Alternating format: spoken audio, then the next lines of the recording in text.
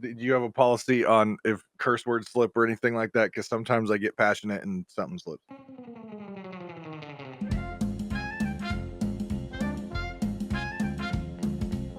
Welcome to the official, unofficial Sea of Thieves podcast, a podcast dedicated to Sea of Thieves and other rare games, but mainly Sea of Thieves.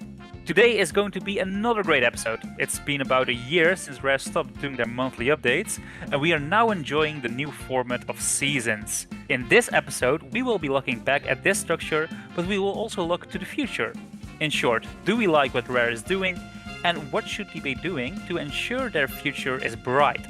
My co-host AShinyRay is not here today, but that doesn't mean I'm doing this discussion by myself, since we have another awesome guest today. What's up, guys? I am Davrim, and I'm excited to be here. I am the host of the Pirate Talk Radio Sea of Thieves podcast, so I'm super excited to be here, and thank you very much, Captain Blubber, for bringing me on. You are very much welcome. I checked you out, I think, a month ago or a couple of weeks ago. I thought you were great. I was like, this guy is so passionate about Sea of Thieves. I really want to get him on this podcast. And here you are. So that's really nice. Can you tell me something about your Pirate Talk Radio podcast? What is it all about?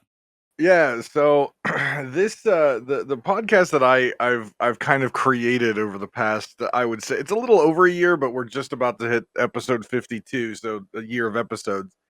And there's a lot of great Sea of Thieves content out there on YouTube, on podcasting, where people are showing off their amazing PvP skills or cool little things that they found, or even glitches and stuff like that. And you've got a lot of people who talk very positively and happily about things.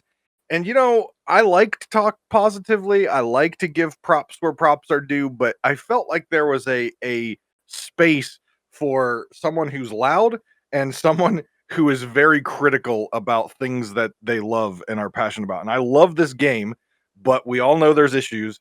And so a lot of my episodes revolve around not only ranting passionately about the issues, but also trying to provide, if Rare ever listens to the show, ways that they can fix the issues to make things better for us, the players. So that's kind of a nutshell of what my show is. Indeed, yeah. When I listen to it, like maybe a bit too harsh sometimes, but certainly passionate. Nobody can Yeah, fault I you get for that. pretty harsh. You're also very entertaining because all the episodes I've seen you doing by yourself. That's great. I couldn't do that. I always need somebody to talk these discussions over with. So yeah, props to you, man. You're doing great. Thank you. So last episode, AShinyRay was the main host, and he introduced some quick fire questions to get to know our guests a little bit better. So I thought this was fun. There was a fun thing to do, so I'm doing the same in this podcast. So are you ready for some questions? I am. All right, let's get into it. Favorite video game of all time? EverQuest. Have you heard that one? Yeah, isn't that? Okay. Wasn't that on what console was that? Wasn't that the Dreamcast? It was PC. Oh, And it PC. came all out right. in 1999, and I still play it on occasion to this day. Right, very old school. Mm. So what game would you make content for if Sea of Thieves never existed? So this is I like this question, and I've struggled a little bit because I was making content for Sea of Thieves aside from the podcast, streaming and things like that. But because of some of my issues with it and how sometimes the streaming is a little slow, I've been struggling to find a game to really make content for aside from the Sea of Thieves podcast. And I've landed on the new game that came out, New World, which I'm absolutely loving. So I've been streaming that. I'm actually thinking about starting a podcast for that soon. But New World is a game that I'm really into right now. So that's the one I'm trying to make stuff about. Interesting. Favorite weapon? So the favorite weapon question I get all the time on stream and everything else, and this is very hard for me to answer because I've played in the NAL. I've been a very competitive player in PvP and Sea of Thieves, and so I always say that my weapon depends on the situation. Right now, I am very particular about how my pirate looks. So when it comes to skins, if I'm forced to pick a favorite weapon just based on the look, I would pick a sword. But it just depends on the situation. I switch up the weapons just based on what I'm dealing with. All right. And cosmetic wise, what is your most beautiful weapon? The ferryman cutlass. All right, that's That's a my great jam. answer. Yeah, yeah. Do you have an answer for your favorite weapon loadout? So again, based on the situation, but if I have to pick skin, I'm gonna be one of those dirty double gunners and do the blunderbuss Eye of Reach. And if I do that, then we've got to pull out the obsidian because I do have the midnight blunderbuss and I do have the obsidian 6-pack. So we pull out the full obsidian double gun. All right, very nice. Show some exclusivity in the seas. Yep. To come back to because you said you play with NEL, like this is not in the questions. What team did you play for? I did a it wasn't so much I was dedicated to a team because my schedule didn't really allow it. So what I did was I was kind of like a free agent for them to pull in when they needed someone.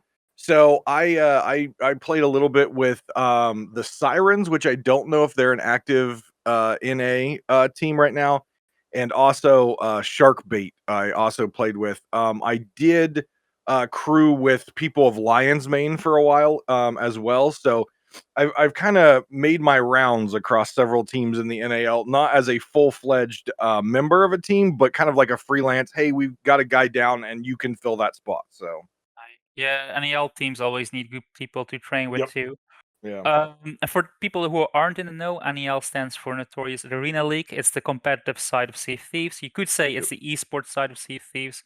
Yep. If you want to know more about NEL, I've done a podcast with a crew member who does play competitively. I will link it in the description. You can check it out. So let's get back to the questions. Mhm. Favorite ship set? All right. So, I kind of made up this answer because I don't do one ship set, right? I don't just pick one thing. My character, I'm a huge role play type character, and I've actually got like a leather bound book that I'm like writing the story of my pirate in. And part of my pirate story is his ship. And so the ship's name, even though we can't name our ships, is the Obsidian Wing, and it is the shark. I believe it's Shark Hunter capstan, the one with the open jaws. It is the Obsidian Wheel, the Obsidian Figurehead, the Sailor Cannons because they are the best cannons in the game. I will not hear any otherwise. It's the new Freedom sails, the tattered sails. I think it's from the Black Pearl ship and the Ghost Hull. So very green, very black, very tattered, very war driven. Very scary too. Mm. Favorite clothing set? Favorite clothing set? Again, I can't just go with one set because I got to mix and match to make sure my pirate looks good. So I've got and I can't remember the actual name of the cosmetic, but I was so excited when they installed them because my pirate has a Viking background. So the fur boots from I believe it was season 1, my favorite cosmetic they've released because I've needed boots that look Viking like. So the furry boots, I think it was season 1, it might have been season 2 that those came out. The red M eye patch because I didn't play right at the beginning. The Fort of the Damned jacket, which I'm very proud of. I love Fort of the Damned. Black pants. They have the new black pants, which are really nice. They don't have any rips in them, like the ferryman trousers or things like that. And then my pirate is usually shirtless, just with the jacket on, and then the black dog gloves. Favorite island? Mermaid's Hideaway, Favorite tall tale? Shores of Gold, Ooh. Favorite update? Pirate's Life. That was a cop out. Favorite character? No one's gonna like this answer. Flameheart. Ooh, interesting. My co-host is also really a big Flameheart supporter. He's really interested in that. This question wasn't their last podcast. I added this one: PvP or PvE? My response that I typed in the notes is, "I will kill you." That's a good answer. And does Flameheart need a mute button? Your supplies must be dwindling by now. No. All right, fine. I think it's fine too. It's a bit blown out of proportions. I get that people want it, but come on, just sail a bit around. You'll be fine. Mhm, So let's focus on the main discussion now, and that's the mhm. future of Sea of Thieves. But we can't really talk about the future without first addressing the past, so let's do that. So this past year they have been doing seasons, and before that they have been doing monthly updates. So how do you look back at these past 4 seasons?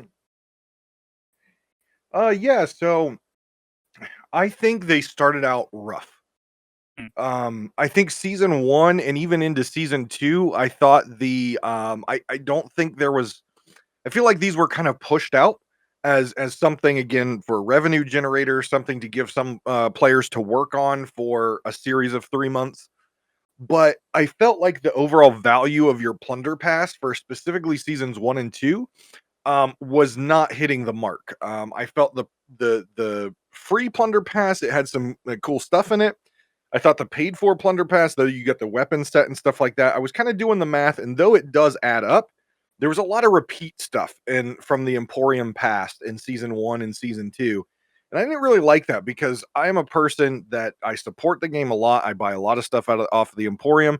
And so to see the things on there that I've already got and I'm not getting any sort of ancient coin or doubloons or gold for already having them, it really put a bad taste in my mouth for purchasing the plunder pass. So I think it got off to a rough start, but I think they've turned that around with season 3 and now season 4 with a lot of new cool cosmetics, beautiful art design on a lot of this stuff. Though it's not my style, I think they've really turned it around as far as that value on the mm. plunder pass. Yeah, definitely. Like it was a bit weird to to get stuff in the plunder pass that you already bought before, and that doesn't feel right. It just feels No, cheap. no. Yep.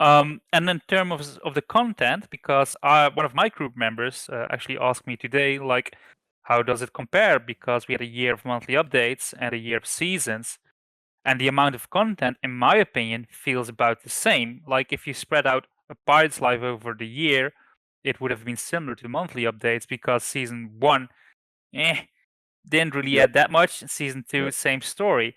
So they're using this new format to make more content, but what we got content wise feels about the same. So Yep. how is your experience? Yeah, I had a conversation offline with someone about this the other day, and I said I don't feel like anything changed.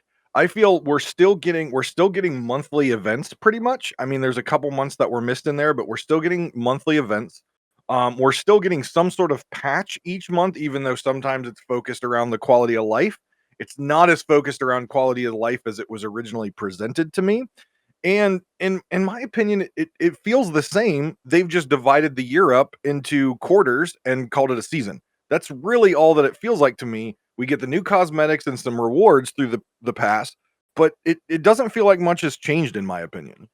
Yeah, I feel the same. Like I love the renown system. It's great to be Yep. rewarded. Even if you sink, even if you don't catch in, that's Mhm. great to keep new players. I love that Yep. system.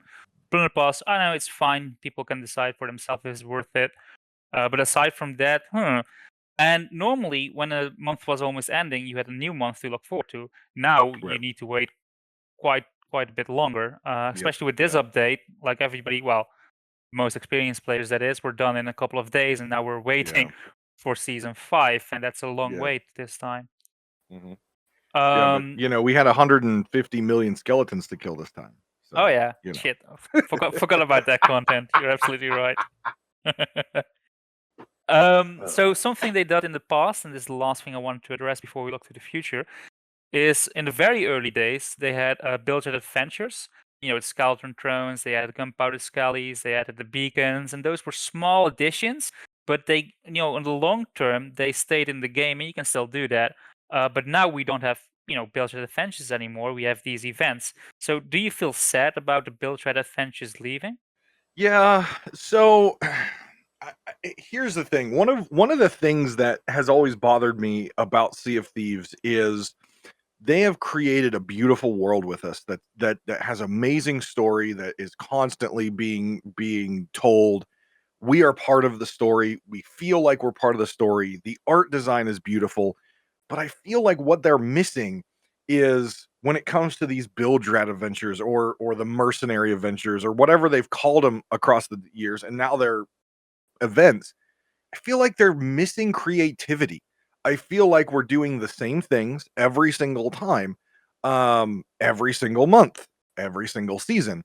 And so, yeah, I am sad that they're gone, but I feel like if they're going to get rid of, since they've got rid of these types of adventures and we've replaced it with these events, I want to see some more creativity out of a very creative team to really engage players a little bit more. So we're not logging in, we're like, oh, well, we've got to kill Flameheart again, and we have to kill an Ash and Wind guy again. It's just kind of like, you know what I mean? Like, I am sad that they're gone, but I hope that because they're gone, we're going to see more creativity, and I just haven't seen that yet. Yeah, that's a good point, and that's a nice segue to go to the future because I feel that is something they need to do Yes. when they look at the seasons. Like the latter half of the season is a bit empty, and Yep. yeah, they do Emporium updates, which I don't really care about unless it's something really cool.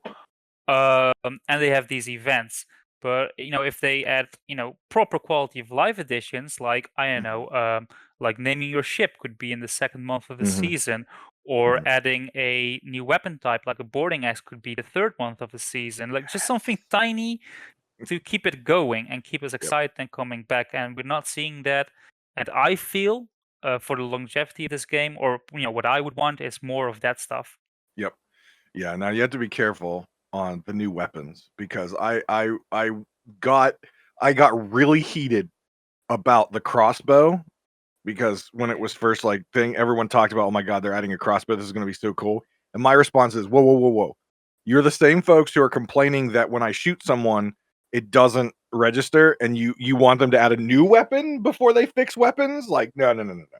Like, I want a boarding axe more than anything because my character's a Viking. But I'm like, please fix the combat now before we start adding more weapons to break the combat.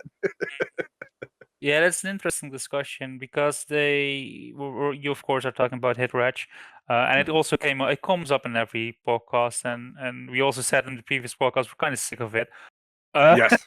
Yeah. I've uh, actually termed it a bad word. It's now a bad curse word, and we call it historic weapon accuracy because all right, obviously yeah, these weapons back in the day wouldn't have like they wouldn't have hit, right? I Because they're bad. So yeah, I'm like it's historic weapon accuracy. We're trying to be more immersive into the world. nice. Let's keep it at that. If you want to hear more hit ratch discussions, you should listen to previous podcasts. We've talked enough about it, but they are working on it. Like, Yes, please keep yes. it in mind, they are working on it. Yep. Absolutely. All right, so let's go fully to the future. There's Mhm. some things in those that you've added. One of them is progress the story versus long-term bug fixes. So can you Yep. explain on that? Yeah. So we love the story, right? Like Mhm. the things that they did specifically, and I'm gonna lean on Pirate's Life because it's so fresh in our minds. They did so many cool things with a Pirate's Life, and though I was skeptical adding Disney in, they tied it into the Sea of Thieves story pretty well. Though we've got a lot of openness, right? We've got a lot of chapters that haven't been closed. We've got a lot of questions, and we had a lot of questions before Pirate's Life that haven't been answered yet. But my issue is we have bugs, major bugs. Anything from bucket registration where you scoop a bucket, but it actually doesn't take the water out, or you dump the bucket and all of a sudden, like there's more water in your ship.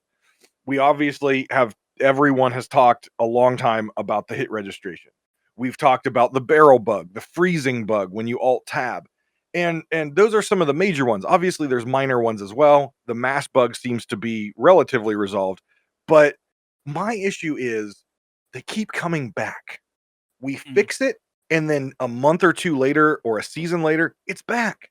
And that's my problem. It's great to focus on the story, right? We love the story, but there are a lot of players, and I would honestly say the majority of players, they care about the game working, not about the story. And the story is great, and they will experience the story. And there's a lot of lore hounds out there that'll probably, send me angry messages, and that's fine. We love the story. But we have to keep the game alive. And in order to keep the game alive, we have to keep new players coming in and we have to keep veteran players playing. And those folks are not going to play if the core foundation of the game is broken.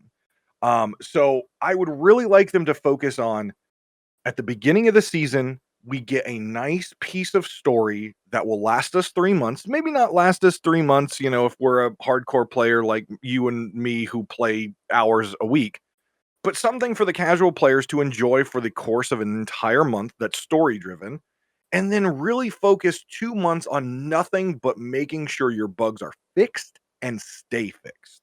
That's what I would like to see. That's really interesting. Mhm. To give a little bit context, those are different teams. Like you have a team that are Yes. working on the Yep. big fixes, and Yep. a team that's making a new content. Mhm. So they're always working on both at all the times. Yep. So people need to keep that in mind too. Like, oh yeah, let's Absolutely. have them focus a month on bug fixes. No, they're doing that every month, so don't worry about it. Yep.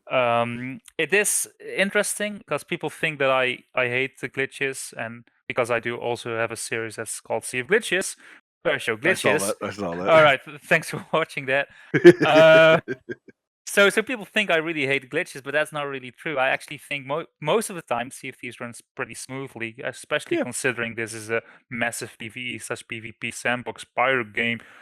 Yep. So much stuff going on the server, and it's pretty smooth.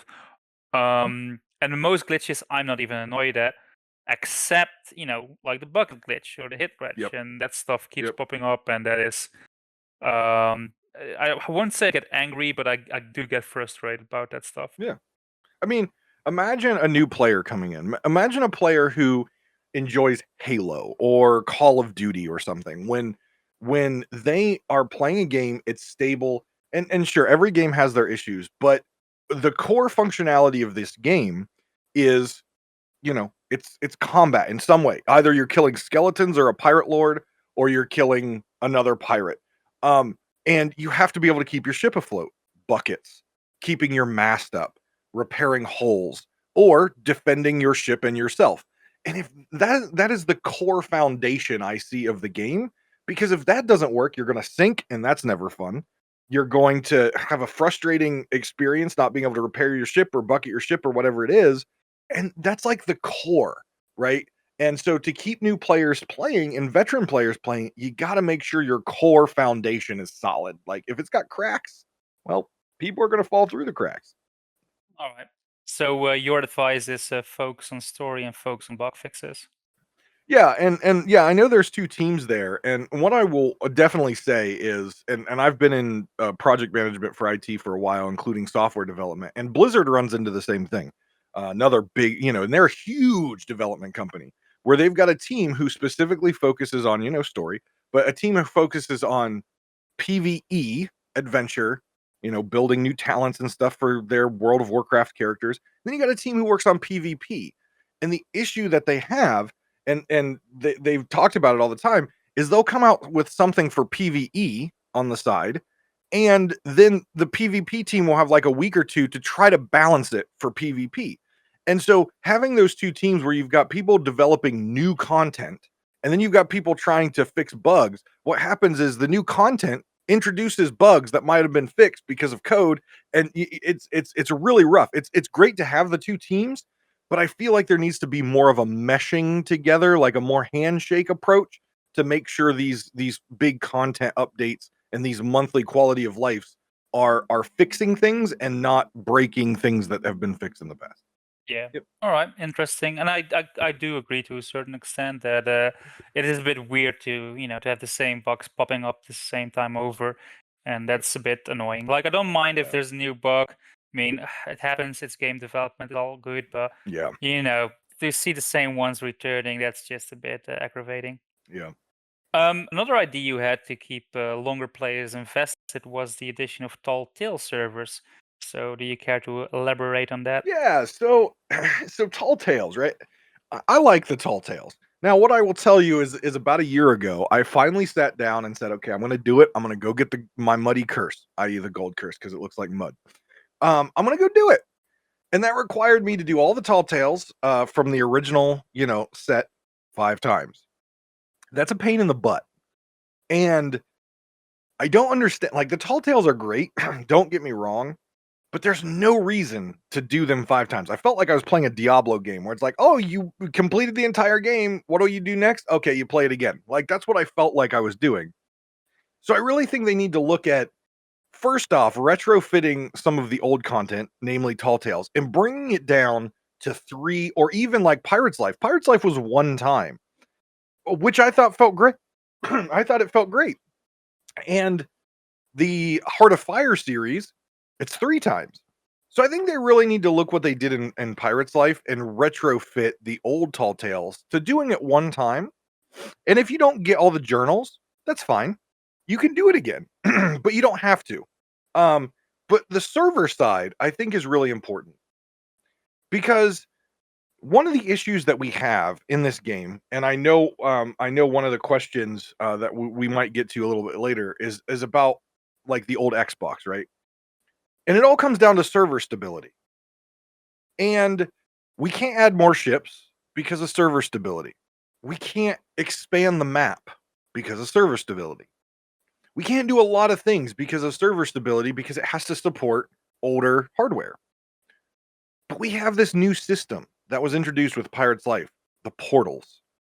And the portals could be used as a great way for us to have independent tall tale servers where you can enter a tall tale or exit a tall tale, where you can exit the Sea of Thieves and go to a new land for expansion. And what that would do is it's a separate server instance, so it's stable.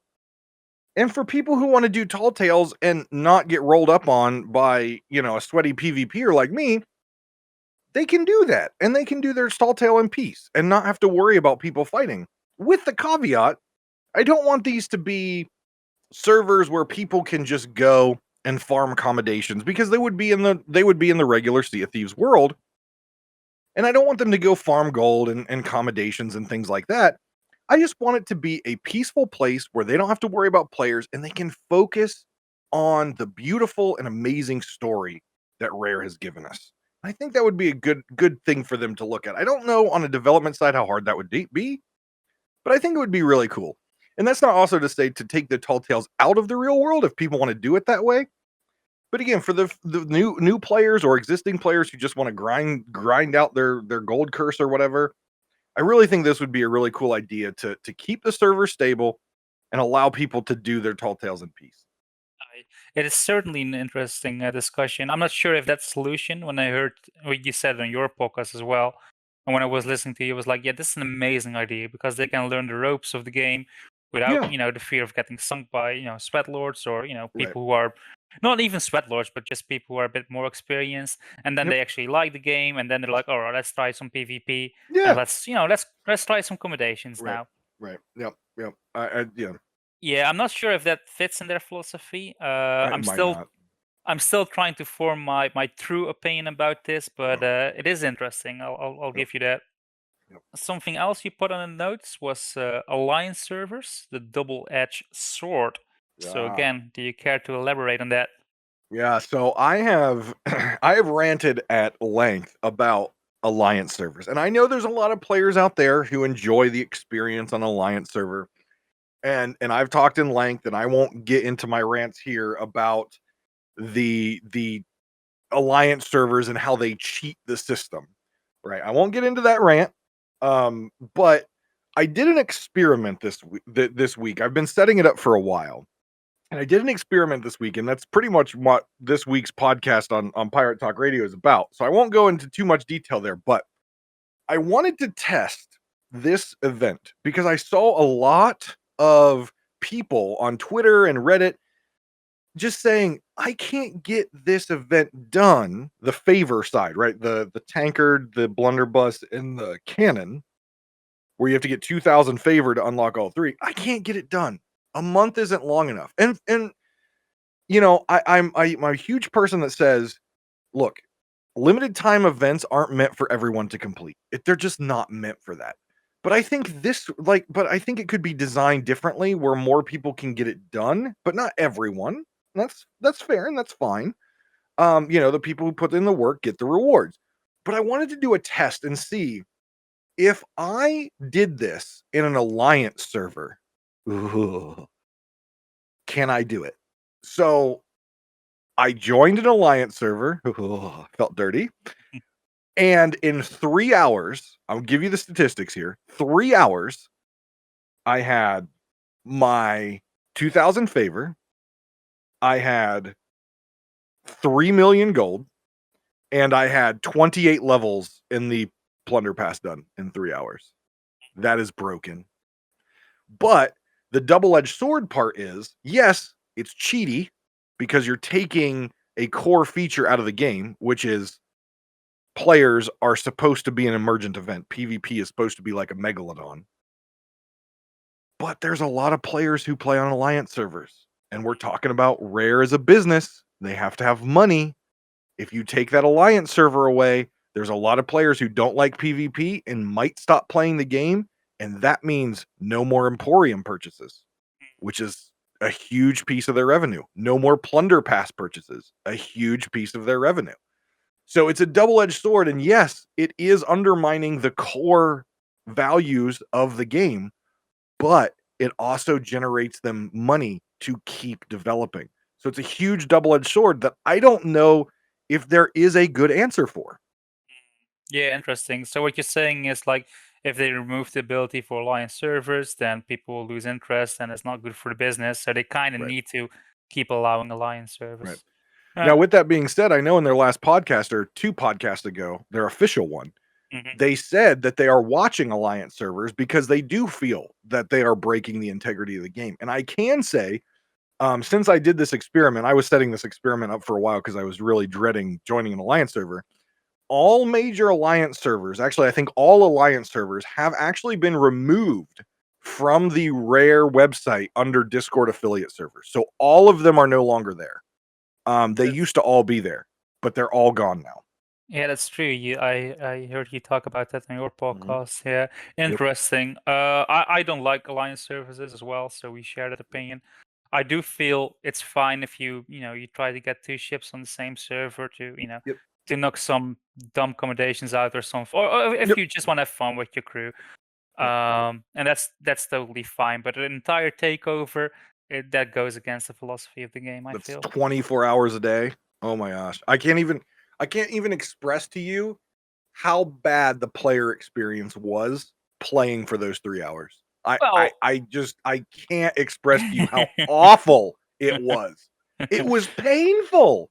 I was in pain. Maybe it was a French server and they didn't like a loud No, American. it was US. It was Central Time, but apparently I was told because I was asked, I'm like, how do you guys play on this? Like, I'm rubber banding everywhere. Like, I was doing Fort of the Damned because I love Fort of the Damned.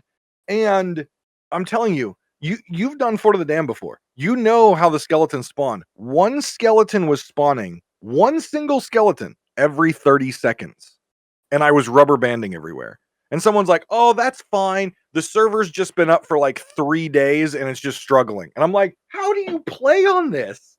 Like, there's no pirate threat in here and I'm still like terrified of dying to something because I'm rubber banding around." I'm like, "It's awful." All right, But interesting. I never had it it's that how it bad. is. The Oh, only I've been on alliance servers twice, and I think we sunk every ship. nice. Nice. They don't That's like that. They don't like no, that. that's the way to deal with that. Mhm. But but for some people, it can be nice, relaxing, and Mhm. there's some good stuff about it too. So I don't want to, Yep. rant completely about it. But I Right. do Yeah. disagree; they shouldn't be there. Yep. Something else, and another thing I picked up from your podcast, and this is the main thing. I was really happy with this idea you Mhm. put forward, and I'm gonna explain it, and then you can add on it. Sure. And that's the addition of a pirate's log. So what it does is, if you encounter something in the game, like a character or a certain event, it would write it down in this big ass journal that you can read at your own time, at your own leisure. And when you encounter new stuff, more stuff gets added, and you can try to soak up the lore and actually get the true lore and not the speculation lore some YouTubers do. So you get definitive answers. And if a character changes, it will also change in the journal, so you're always up to date with the current story.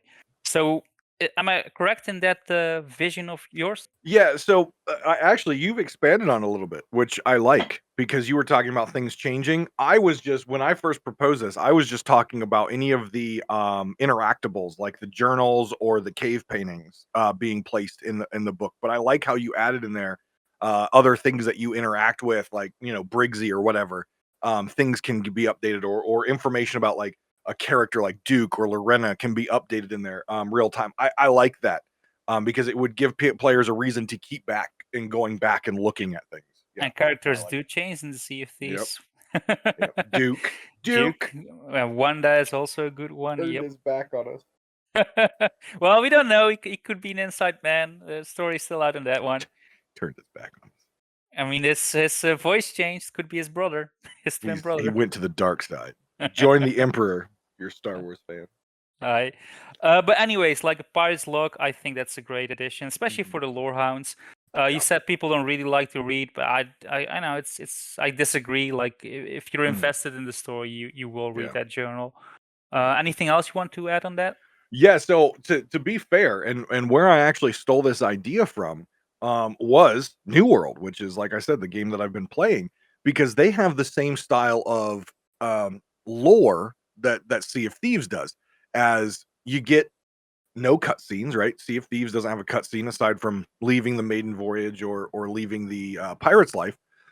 So there's no cutscenes. So the only way you know the lore is by picking up the journals, cave paintings, or whatever as you're sailing around the seas. And in New World, they have the same thing. They have things on the wall, they've got pages on the ground, they've got books and scrolls that you click on, and you can either read them at the time, or you can just click add to journal. And in their settings section, there's a journal under your character, and you can go back through, and it's sorted by area and it's sorted by volume. So, for example, if we're looking at Sea of Thieves, if we want to know any book series that was about Duke or any book series about Wanda, we would just open our pirate's log and we would click on, Wanda's journals or Umbra's journals or cave paintings.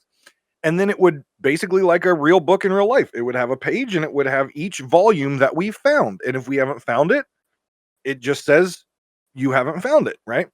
And so I took that, and I think New World did a great job of that. And I think it would be a great addition to Sea of Thieves because, again, as you said, there's a lot of people invested in the story. But if you're getting chased by a Reaper ship, even though they run away, they don't chase you.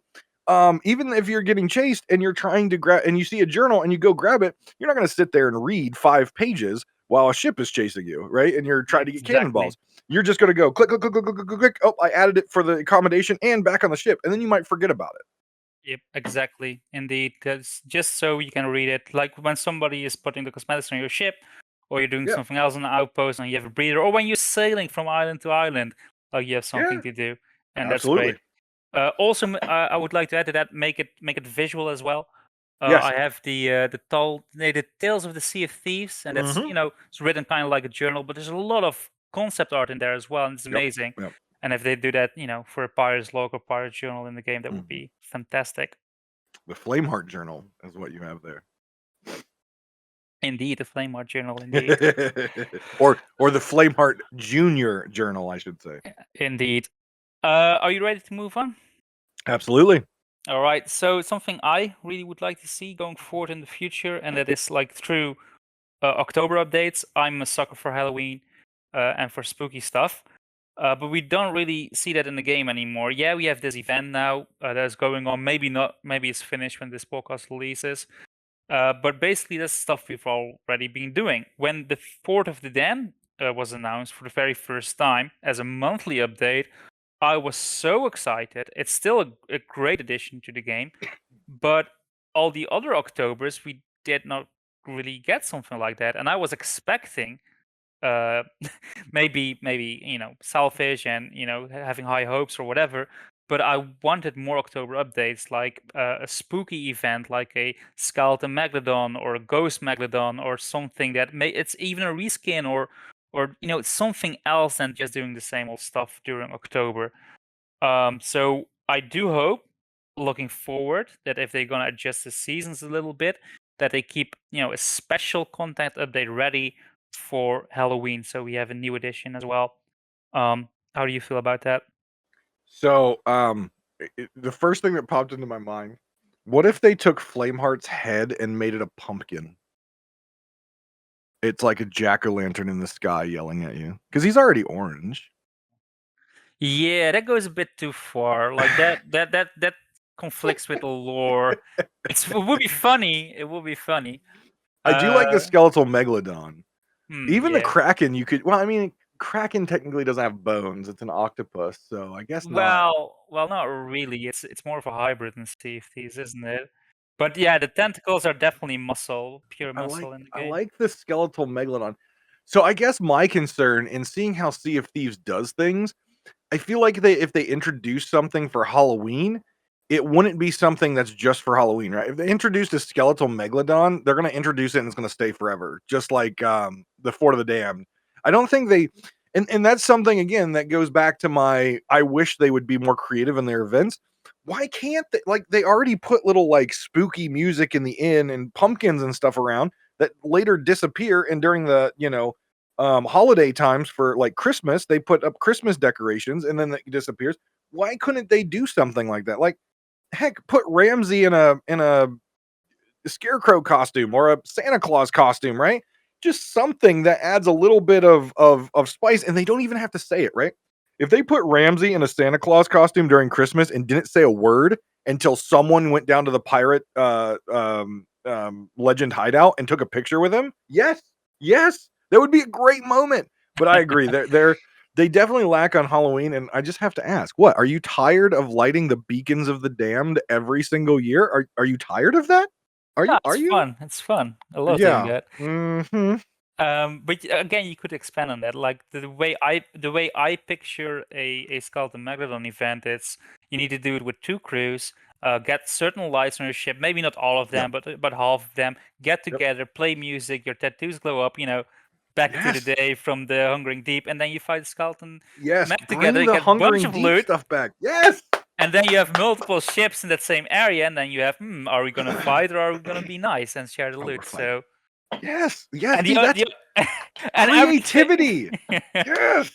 All right, and everything I mentioned is already in the game. You just need to Mhm. reskin it. So it's I know Right. I want to see more of that going forward. So I Yep. hope they'll do that. And that hits on exactly what I'm talking about because I call it what I always say is I want events that that force interesting player interaction. Like they force it just by their nature, they force it to happen. And what you were talking about with the going back kind of the hungering deep and you get a skeletal megalodon that comes out of the water, right? First off, that would be cool to see. Secondly, you are now forcing a interesting player interaction where you have other ships, like you said, and now you have the question: are they going to join us? Are we going to fight them while we've got this, skelly fish swimming around biting us? Like that's what I wanna see, and that's the creativity and events I wanna see, where the events are no longer, kill an Ashen Windlord, but they're encouraging these interesting player interactions, either friendly and peaceful or PvP. That's what I want. I want that creativity, and I love the skeletal megalodon idea. I love it. All right. Well, thanks. So let's quickly go over other stuff. Mhm, I called this core stuff, and that's pretty interesting because last episode we had Fuzzybund over, and he said you have core updates and you have plugin updates. And the plugin mhm, updates, like the shrines, you do them, it's fine, you finish, you probably won't return to them. But stuff like harpoons, like yeah, they get added, and they see a lot of use mhm. still to this day. You still use them. So I've got some ideas that are gonna stay in the game, and one of Yep, them is pirate games. Other okay, one is naming your ship, mhm. wooden swords or wooden weapons to combat your own crew, and a boarding axe. And I also added hippos because that's just something I personally want. Uh, so how Wait do you wait, feel? hold on. You want hippos. You're Um, talking about hippos when they just released the Nile crocodile set. What about crocodiles? Can I we was get crocodiles? I was so pissed when they did that It's because so ugly. It's well, so yeah, ugly. that too, but like you call it the Nile, and when I think Nile, I think hippos. I don't think crocodiles, I think hippos, That's but fair. that's fine. That's fair. That's fine. They're called Nile horses in Dutch, so there you go. So a bit salty about that. So I really hope we'll get hippos in the future. Mhm. But that's selfish, personal wish. Let's focus on the games, naming your ship, Yep. wooden swords, and the boarding axe. How do Yep. you feel about these additions? So I think it's great. I was very disappointed in the what is it called? The Plunder Games, the Olympic event that they did. I was super disappointed in that. In fact, I didn't take part in it. Because again, I thought it wasn't creative. It's a lot of stuff that we had done before. But I think with especially the parkour course, if you've never done that on the Sea Dog Island in the center of the map, excellent. And I think they could do more of that stuff. And they could add games like they have in Pirates Life, the dice game and stuff like that, that NPCs are playing. Now they have to be careful because again, they are catering the game to children, so they don't want to add like a whole bunch of gambling and stuff in there. But I think there could be a lot of fun stuff like target practice. They already have targets on the outpost. There's a lot of cool stuff they could add in there. But I think that's bullshit, by the way. Like, oh, we don't add, pirate games because that promotes I agree with gambling. you. That's if it's real money and stuff like that, yeah. But something like liar dice for in-game currency, Yep. for just gold, man, that's Yes. fine. Yep. But again, a lot of and this is again, I know we live in two different sides of the world, different countries. I Hmm. can tell you right now, in this country, there have been lawsuits around loot boxes in And games, calling your that country, gambling. there's losses about everything. Yeah. So, like, even if they said in-game currency, there is still that concept of I'm betting something to try to get something back, and I could lose. So I'm sure there would be some group out there who would say, "Oh, you're teaching children gambling. You're getting them addicted." So I think we have to. I always take the approach of this story. Mark Chapman has said this multiple times. It takes place in an area of the world during the golden age of piracy, right? And pirate games, including dice, were super popular during that time. It was super popular. And I think it would be historical accuracy, and I'm a big person in history, to add stuff like that. Yep. Yeah, I watched your recent podcast actually. That I think it released today, right? And Oh, you already watched it. I, Oh, yeah, I watched it. that's I live in the future. It's already right. afternoon here. That's right. But I really don't like that argument. Yeah, it's based in the real life, but it needs to be accurate. I don't really agree with that. Because it's part fantasy and they can do whatever they want as long as the Mhm. main themes are still there. Yep. So I'm not really a sucker about realism in this game. I I am to a certain point, and I think I wouldn't be so onto it if Mike, Chapman, the god of the lore in this game, hadn't said, "This take place in an area in the golden age of piracy." If he had never said that, and he had never put that on the record, I would not be complaining about it. But I complain about it because the man in charge of lore said it. So I'm like, if you're gonna say it, that means it's now in stone, and you need to live up to it. All right. Yep. Interesting. I'm gonna let's make it a bit quick because we also Yep. have some listener questions and we're Yep. already running out of time. Quickly about the games, they have been hinting at dice. We've seen dice in the game, Yep. and we've seen it in the developer updates back when. It's laying on the table. So I still think dice games are Yeah, coming. I think they should add it. Name your ship. Is it going to happen? No. I'm saying no because of what happened in the arena. They took chat out of the arena because of toxicity and slurs and things like that. And what did people do to combat that? They named their pets inappropriate things. So I think had people not done what people do, the selfish, stupid thing, I think naming your ship could have been something that was definitely out there. I think after what happened in the arena, I think it's definitely low priority, if even off the table. Because could you imagine what people could come up with naming these ships and what safeguards Rare would have to develop into the game to make sure people don't have really bad names? Mm. Yeah, So, that's interesting. I know that's a concern, but I'm like, all right, that's a very small percentage of the player base. And you can always report them if you see it. And I know people are gonna be people. And if I see a bad name, like I'm not really bothered by it. I'm like, all right, juvenile, whatever. I've got my ship, the Salty Hippo. It's fine. I'm good. the few will ruin it for the many. I Yeah, will say that.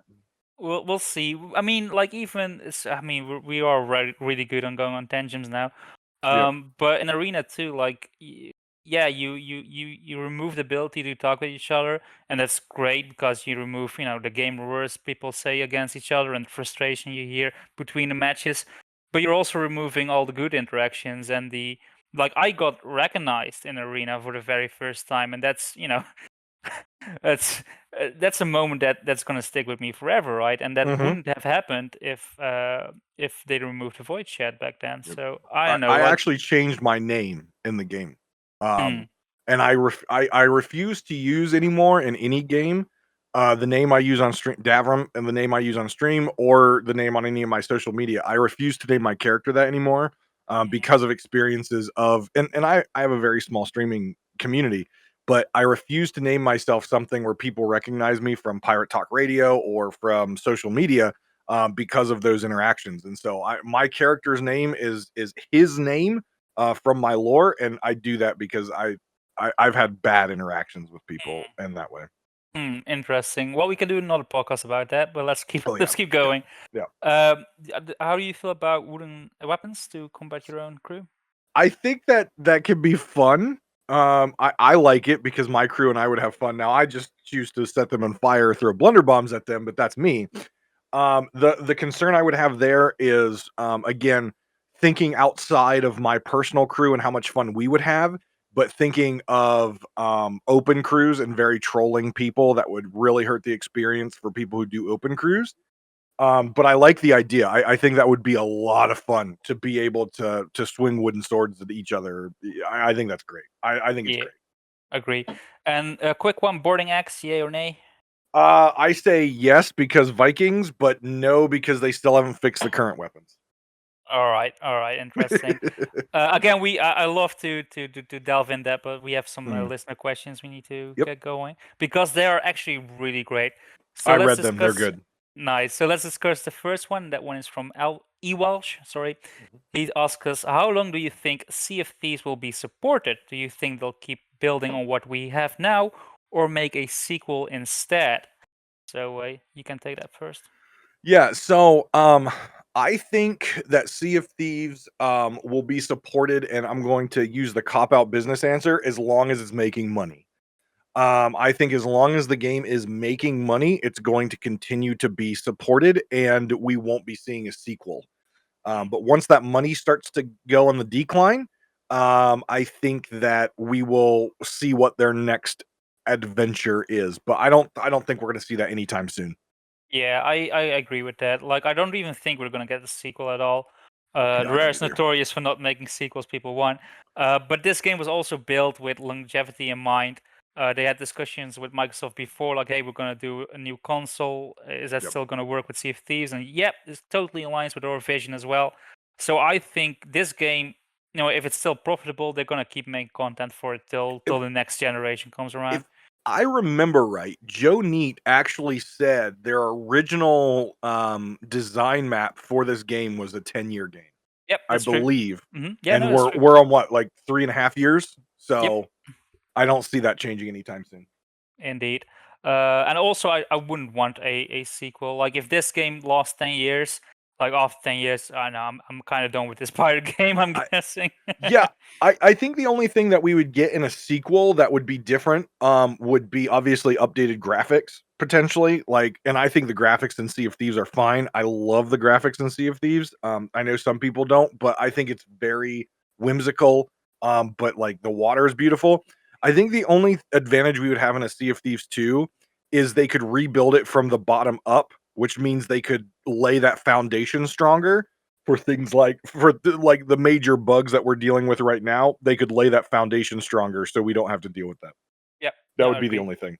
Yep. I Right. So thanks for that question, Ewash. Let's go to Benabel. He has a bit of text here.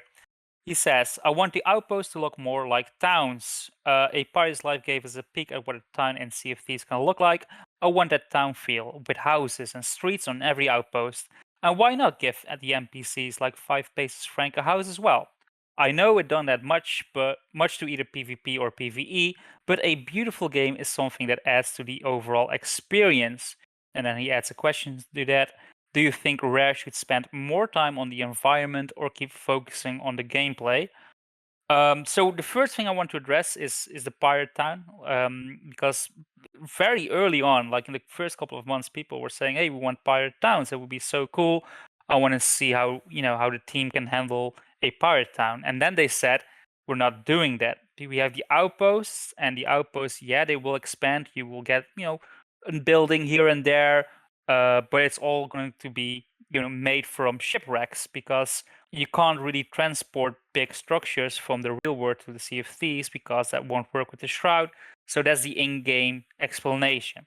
And now they've added indeed tall tales, and I think, like, if we're going to see more towns, it's going to be, after we go through a portal. But I don't think we will get towns in Sea of Thieves themselves, in the Sea of Thieves.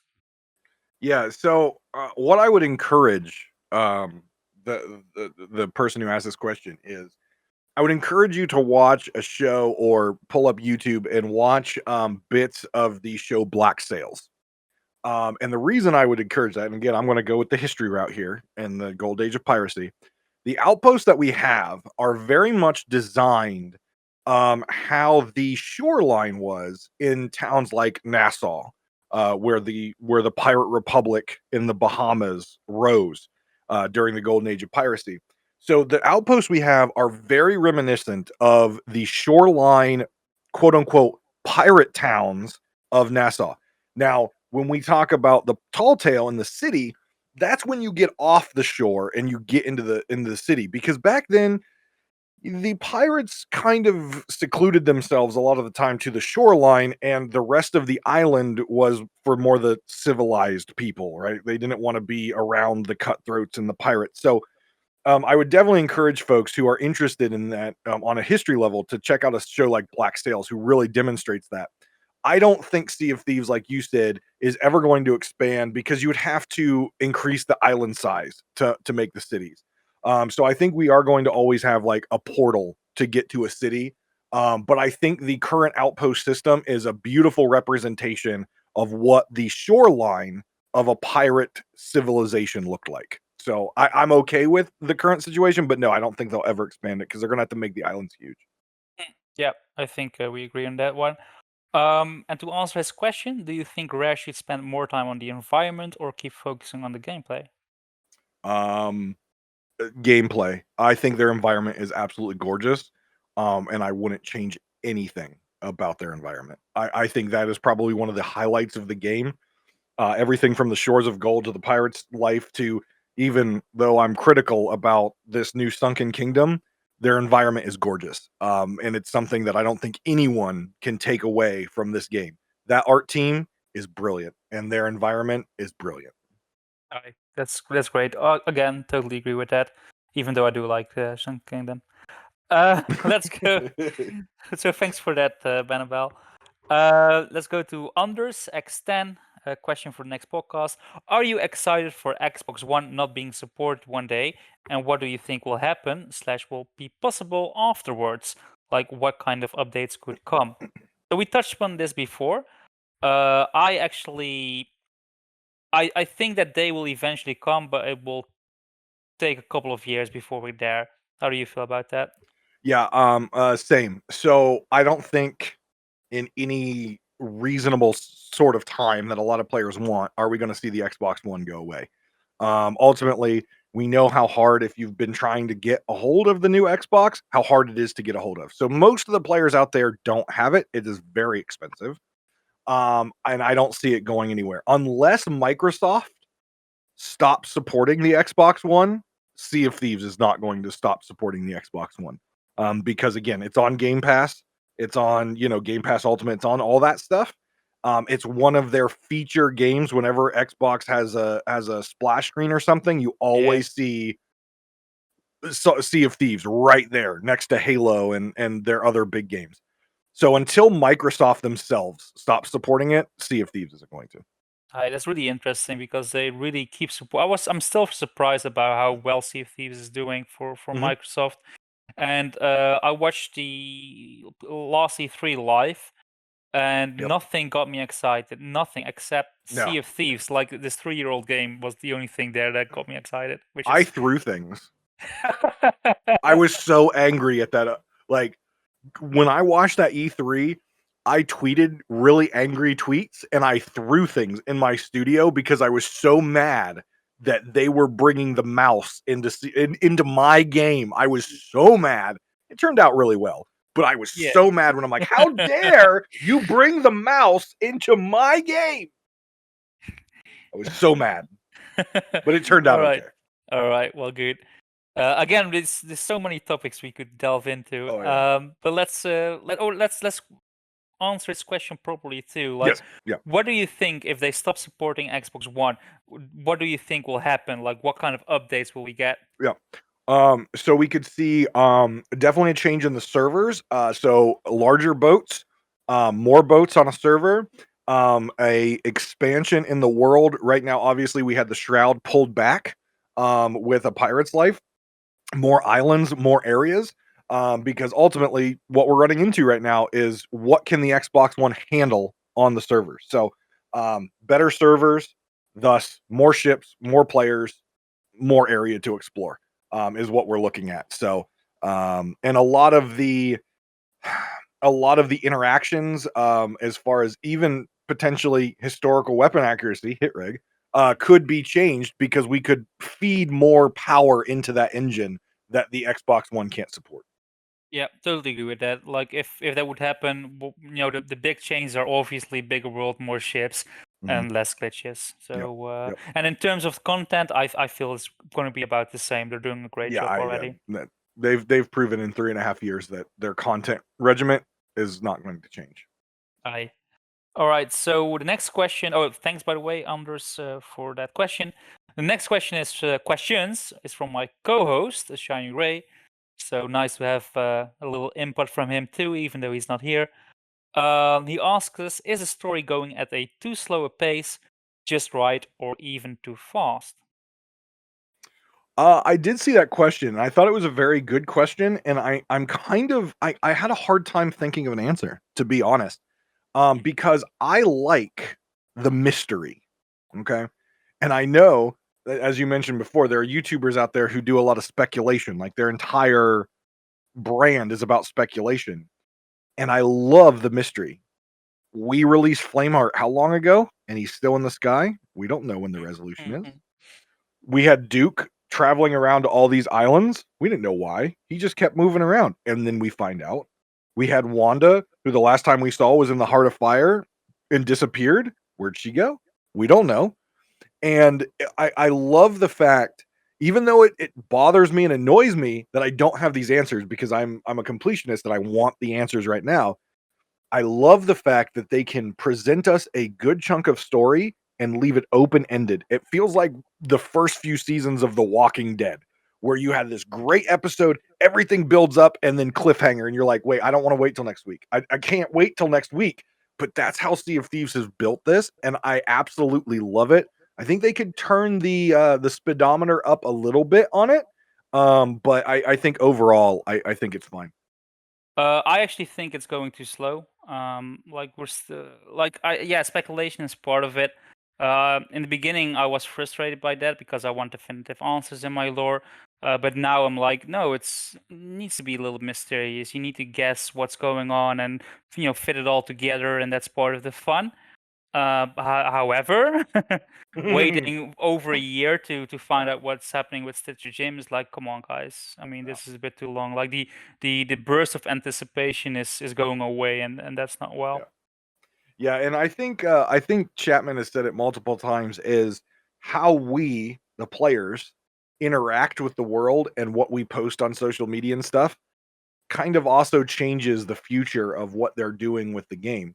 And I think that's really kind of cool that we are in the story and we're helping to even guide the story at times for the Rare creative team.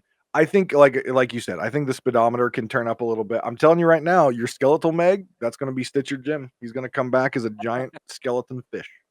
We'll see. Interesting idea. A Shiny Ray also has another question, and it's what actually brings players to Sea of Thieves and keeps them there? Game Pass. I'm gonna throw that out there and say Game Pass is what does it.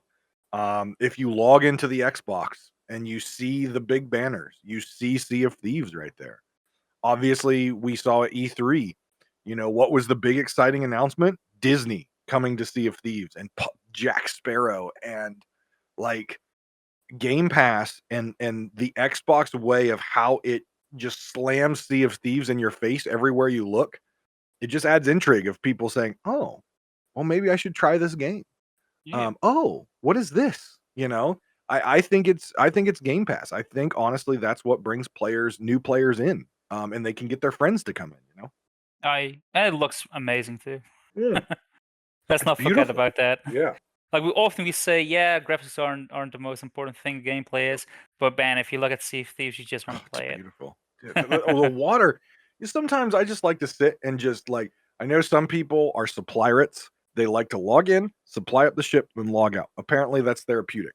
I can sometimes log in if I'm trying to think about ideas for a podcast or even if I'm working, from home and I'm trying to think of a response to an email. Sometimes I'll log into Sea of Thieves, just raise the anchor, drop the sail, and just sit there and enjoy the water and enjoy the sounds and enjoy the environment and just sit there and Yeah, think. I love that.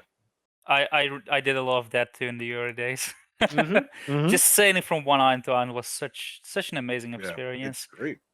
And what do you think keeps them there? That's so I have, actually got DMs from, a rare developer who listens to my podcast and, corrects me a lot when I talk about the player, base and the numbers, because ultimately, Microsoft and Rare do not release their player statistics. The only insight we have in the player statistics is Steam.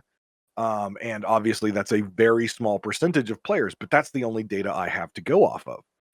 And I always talk about trends. I've been in business for a long time and I look at trends. And I always say that if we see a trend in Steam, most likely we're seeing a trend across the board. Now, that's not completely the case because Game Pass is free, right? Steam costs money. But I'm always corrected that the player base is not as bad as what Steam looks like. And I can say that keeping players in Sea of Thieves has been in my opinion, a challenge for Rare because of some of the issues we've talked about already. Players come in and they get frustrated that things don't work and they don't come back for weeks, months, years, whatever it may be. And then they might come back and try it again. But I think there's a core group of, hundreds of thousands of players that aren't going anywhere. They love the game like you and I, regardless of bugs, we're going to play it. But as far as keeping new players, I think there's a lot of opportunity there for them to improve on. So I don't know what keeps players playing Sea of Thieves. Um, I honestly don't. For me, it's the beauty, it's the friends, and it's the story. That's what keeps me, but I think I'm in an interesting place, right? Like, I look at things differently in games. Some of the new people out there who play games are like, "Well, this combat system doesn't work. I can't bucket my boat," or whatever, and they just get discouraged and log off, so, um Yeah, interesting. I think it's very subjective. For me, it's the Mhm. social interactions. Like my favorite ship is the galleon, not because I like the play side of the galleon the best, but because you're a crew of four and it's just a lot of fun. It's a big ship. I helm a lot of galleons for my crews, and All right, yeah, same. I'm just like, "This thing." I'm just like, so someone's like, "Okay, I'm like, "Okay, I'm turning right," and they're like, "Are you sure you're turning right?" I'm like, "Look, this is a big ship, okay? It doesn't turn on a dime. Give it a minute." Very nice. All right, so yeah, what keeps them there? We can't really answer that. Obviously, like the season system and the way they handle Pirate's Life, like those are improvements to keep them there. The checkpoint system for the Telltales too. Yeah, see, any sort of season pass keeps players coming back because they want the new stuff. Even if they don't pay for it, right? They want the free stuff. Indeed. So the final questions come from SDM Jammed. He asks us, do you think we'll ever get another update like Shrouded Spoils with small things like harpoon and lantern customization, the arena ships as available cosmetics and adventure, and other small quality of life changes? I know Shrouded Spoils was really popular, because of the things they added. I want my answer to be yes, but I have to say no. I think everything that they want to add as far as the boat stuff, harpoons, things like that, I think is in there. And so I think really our updates are going to be story driven. They might add something here and there, but I think the weapons are set. I don't think we're getting new weapons. We've got curse cannonballs. We've got a whole bunch of different munitions. There's a lot of stuff us players would like to see, boarding axe, things like that, naming the ship. I don't know. I think your idea about the pirate games, I think that could be in there, but I don't think we're gonna get another Shrouded Spoils, no. Mm. Yeah, I feel they're gonna mix it in the 2 seasons. Mm, Like I mentioned in the beginning of this podcast, I wish they'd done the big quality of life editions, in the later half of a season to keep it yep. going. Like presets is perfect to release, halfway through. Mm. The same with the boarding axe. Boarding axe I don't see as a fifth weapon, by the way. I see it as a consumable. Oh, But really? yeah, that's how I see it. But See, I again, see it okay. I see we it as can. replacing the sword. All right, cool. Yeah, everybody has Yeah, different ideas about it. yeah. But Ooh, let's consumable. let's not go there. I think we should do another podcast about It's in that. the game, by the way. Did you know I, that? I know that. Yes, Okay. I know that. Alright. Just But making let's sure. keep. Yeah, for people who are wondering, it's you're talking about Plunder Outpost, right? In Yep. the weapon Yep. shop. Yep. All right, Yep. it's there. So if you go It's there, hanging in the ceiling. indeed. So the final question from Jammed is: would you say YouTube is a major factor of bringing new players to Sea of Thieves?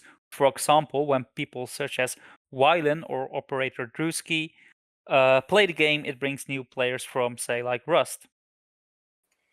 So I think YouTube plays a factor. I lean towards the Game Pass and seasons as the main driver. So the issue you run into with the YouTube content, and I think those content creators definitely bring some people in. But what you have to be careful about is, especially, I love Waylon. I've watched Waylon. I've watched, there's a lot of YouTube content creators out there. Sometimes they get a little excited and angry about bugs, and you hear about the bad things during, their interactions with the world. And though it's funny, and though people watching would find it entertaining that they got all ragey, as a person like, "Oh, I've never tried this game. Let's see what Waylon thinks or Pace thinks or someone like that thinks." And you watch their 20-minute video and it's, "I hit that guy, but he didn't take damage. I'm trying to bucket. Why isn't the mask going up?" And it's funny to watch and you laugh, but you're like, "I don't wanna play that game. Like, I can't do what I wanna do." So, I think that's a double-edged sword there where, yeah, it could bring some new players in, but it also might discourage players from playing. All right. So it's really interesting. We've gone a little bit over time, which is fine. I expected that would happen with a guest like you, somebody who can talk forever and I forever, which is great. It's a great skill you have. I often try to, like, I've got a timer on my screen when I'm recording, and it gets closer and closer to an hour, which is where I try to cut my podcast off at, like I think you do. And as it's getting closer to an hour, I'm like, "Man, I still have 5 topics that I haven't gone over. Well, I guess we'll make this part 2." Indeed. Well, I would love to have you again on the podcast episode. Thank you, thank you. And with that, we've also come to the end of this episode. So I would like to thank Davrim for being absolutely amazing and joining us today. And can you tell our listeners where they can find you? Absolutely. You can find me on Twitter, Davrim TV on Twitter. You can also Instagram also has that if you wanna see pictures of my cat. I stream 5 days a week. So that's twitch.tv/Davrim. And we're playing New World. I don't play really Sea of Thieves on stream. So if you're interested in checking out New World, you can check that out. You can check out the Pirate Talk Radio podcast at Pirate Talk Radio Podcast on YouTube, and also on all of your podcasting apps. So that's where you can find me anytime you want to check out what I'm doing. I and definitely check him out. I did. He's very entertaining to listen to. Like you got a taste of this in this podcast. If you want to hear more of Davrim, you definitely check him out. And you can find me on YouTube at Captain Blubber. Just type in Captain Blubber and you will find me. If you like Sea of Thieves and Hippos, you should have no complaints with my content. And also, this podcast is making progress on being on different platforms. Maybe you're even listening on a different platform right now. That would be really cool. So, if you're watching this on YouTube, make sure you give this a thumbs up. That's always appreciated. And let us know what you would like for the future of this amazing game in the comments. So that's it. Thanks again. Drink some grog, do something daring, and have an amazing day. And as always, take care of yourselves and each other, and I'll see you next time.